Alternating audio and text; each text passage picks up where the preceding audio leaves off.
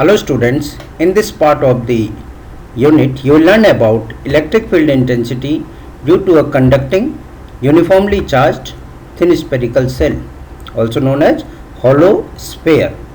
It is another application of Gauss theorem.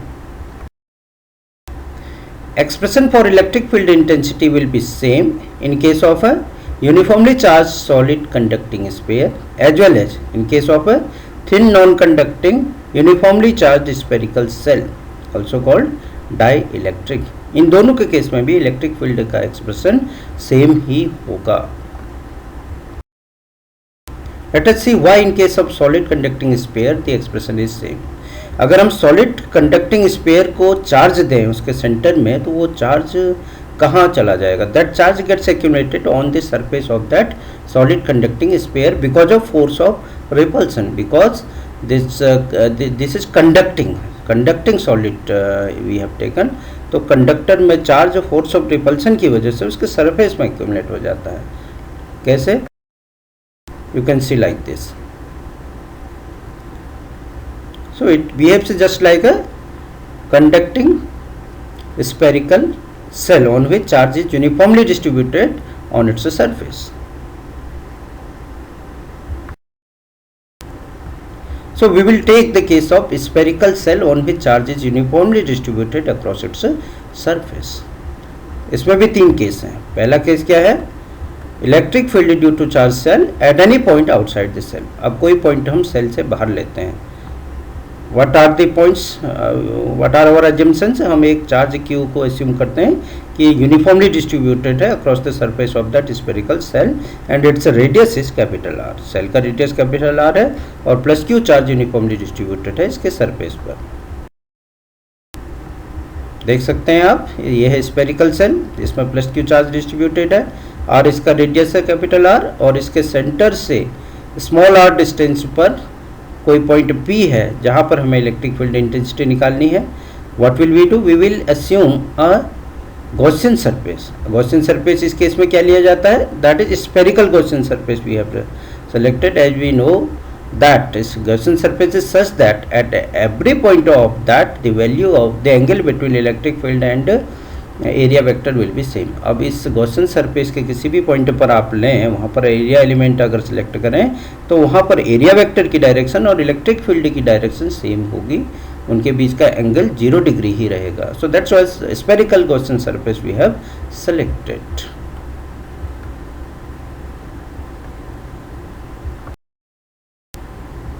Sigma is uniform surface charge density. ये क्या है? Charge per unit area. अगर हमने spherical Gaussian surface लिया है, आर इसका अगर रेडियस है 4 पाई आर स्क्वायर उसका सरफेस एरिया होगा. सिग्मा इज इक्वल टू कितना होगा? Q by 4 pi R square के बराबर होगा. और पहला केस हमने लिया है जब small are is greater than capital are.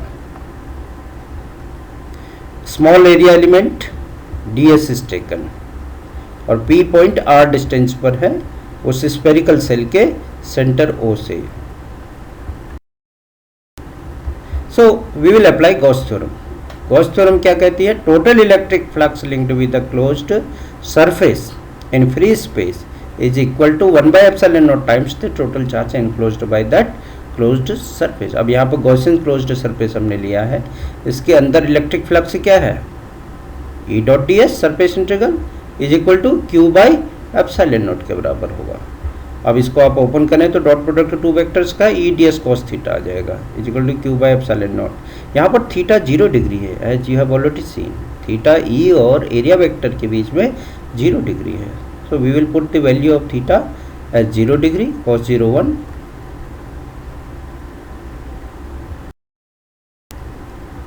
So what we get? We get surface integral of electric field is equal to Q by epsilon naught. अब E क्या है? इलेक्ट्रिक फील्ड कहाँ पर? On the surface of that spherical Gaussian surface.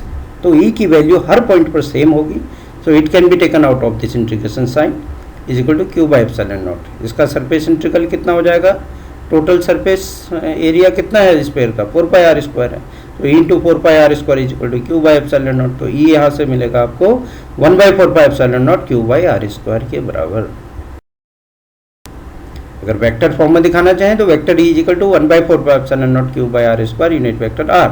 Unit vector R क्या कर रहा है, this is showing the direction of electric field at that point, जहाँ पर आपने एरिया एलिमेंट लिया है, जहाँ पर पॉइंट पी लिया है आपने आर डिस्टेंस पर. So what we got that the cell is behaving just like a point charge, as if entire charge is accumulated or concentrated at the center of that spherical cell. ऐसे ये expression आपने already you have learned about this expression. This is electric field intensity due to a point charge at a distance r from it. लेकिन ये तो spherical cell है, charge तो spherical cell के surface में डिस्ट्रीब्यूटेड है, लेकिन कोई पॉइंट अगर सेल से बाहर हम ले रहे हैं तो उस बाहर वाले पॉइंट के लिए स्पेरिकल सेल कैसे बिहेव कर रहा है, as if entire charge is concentrated at the centre of that spherical conducting shell. ये कंक्लूजन आपको मिला. Now second case, when electric field intensity is to be calculated at any point on the surface of the cell. Surface of the shell पर हम निकाल रहे हैं, यहाँ पर स्मॉल आर कैपिटल आर के बराबर हो जाएगा. स्मॉल आर क्या है, distance of the point where electric field intensity is to be calculated. Capital R क्या है, radius of the shell. You can see the Gaussian surface will be coinciding with the surface of that spherical shell. इसके साथ ही Gaussian surface होगा और उसमें एक area element छोटा सा ds लेंगे. P पॉइंट भी इस ds एलिमेंट पर होगा, इसकी डिस्टेंस स्मॉल r है. यहाँ पर इलेक्ट्रिक फील्ड की डायरेक्शन और सरफेस नॉर्मल और एरिया वेक्टर की डायरेक्शन कोइंसाइड कर रही है, दोनों की सेम है. Angle between them will again be 0 degree. So what will be electric field on this surface, let us calculate. Mathematically हम देखते हैं उसको.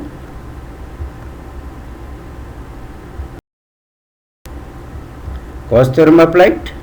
डिफरेंस यहाँ क्या है, यहाँ केवल r का डिफरेंस है. अब स्मॉल r कैपिटल R के इक्वल है, तो इस एक्सप्रेशन को हम वैसे ही सॉल्व करेंगे जैसे प्रीवियस केस में हमने किया था. E will be taken out, integration of ds will be 4 pi r square equal to q by epsilon naught. So E is equal to 1 by 4 pi epsilon naught q by capital R square. इसमें थोड़ा modification हम कर सकते हैं. Sigma into 4 pi r square क्या है, q, as you have already learn. Surface charge density अगर sigma है तो उसको एरिया से मल्टीप्लाई करते हैं तो total charge spread on its surface you can get. So q can be replaced by sigma into 4 pi r square. तो इसकी जगह पर आप sigma into 4 pi r square लिखिए. In the denominator 4 pi epsilon naught r square is there, तो 4 pi r square will be cancelled. So you will get E is equal to sigma by epsilon naught. तो spherical conducting cell के surface पर किसी भी point पर अगर आप electric field intensity major करना चाहें तो that will be equal to sigma by epsilon naught. अब तीसरा केस ले लीजिए, electric field intensity at a point inside the shell. एक बाहर वाला पॉइंट लिया, सरफेस पर लिया, अब वह सेल के अंदर आ जाइए. गॉस थ्योरम अप्लाई कीजिए. This is Gauss theorem. Now Gaussian surface is inside this spherical shell. ये गॉसियन सरफेस है. इस केस में जो स्मॉल आ रहा है वो इसके रेडियस से, इस सेल के रेडियस से छोटा होगा. आप देख सकते हैं चार्ज स्फेरिकल सेल में इसके सरफेस पर एक्यूमुलेटेड है, यहाँ कोई चार्ज है नहीं. इस गॉसियन सरफेस के अंदर हमें चार्ज देखना है एज पर गॉस थ्योरम, तो इसके अंदर कोई चार्ज नहीं है. So q will be 0.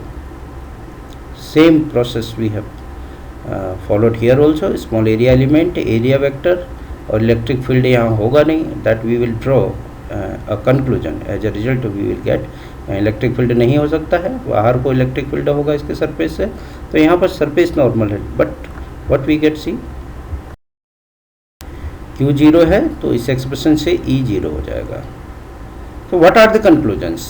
First conclusion, electric field is 0 inside the spherical shell. Very important conclusion. This is the concept which is used in electrostatic shielding. Means car के अंदर अगर आप बैठे हैं तो जब लाइटनिंग होती है उस समय आप सबसे सेफ है कार के अंदर. क्यों, कार के अंदर इलेक्ट्रिक फील्ड 0 होता है, because of this concept only. Second conclusion is electric field is maximum at the surface of the shell. Third is electric field goes on decreasing with increasing distance. Electric field इस shell के अंदर कितना है, 0 है. Surface पर कितना है, maximum है. और जैसे जैसे सरफेस से बाहर हम जाते हैं इलेक्ट्रिक फील्ड कम होता जाता है और इन्फिनिटी पर कितना हो जाएगा, 0 हो जाएगा. This is variation of electric field with distance of the point where electric field is to be calculated from the centre of the shell. पहला conclusion, r is smaller than capital R. इसमें r capital R से छोटा है, E 0 है. दूसरा conclusion, r is equal to r capital R, so E is equal to maximum. तीसरा conclusion, small are is greater than capital are, E is 1/4 or q by small r square. It goes on decreasing. In case of non-conducting spherical cell having charge uniformly distributed on its surface, the variation of electric field with distance will be same as in case of hollow conducting spherical cell. Because in this case also, inside that a non-conducting spherical cell, if we take a Gaussian spherical surface, no charge will be there inside that Gaussian surface, so E is equal to 0.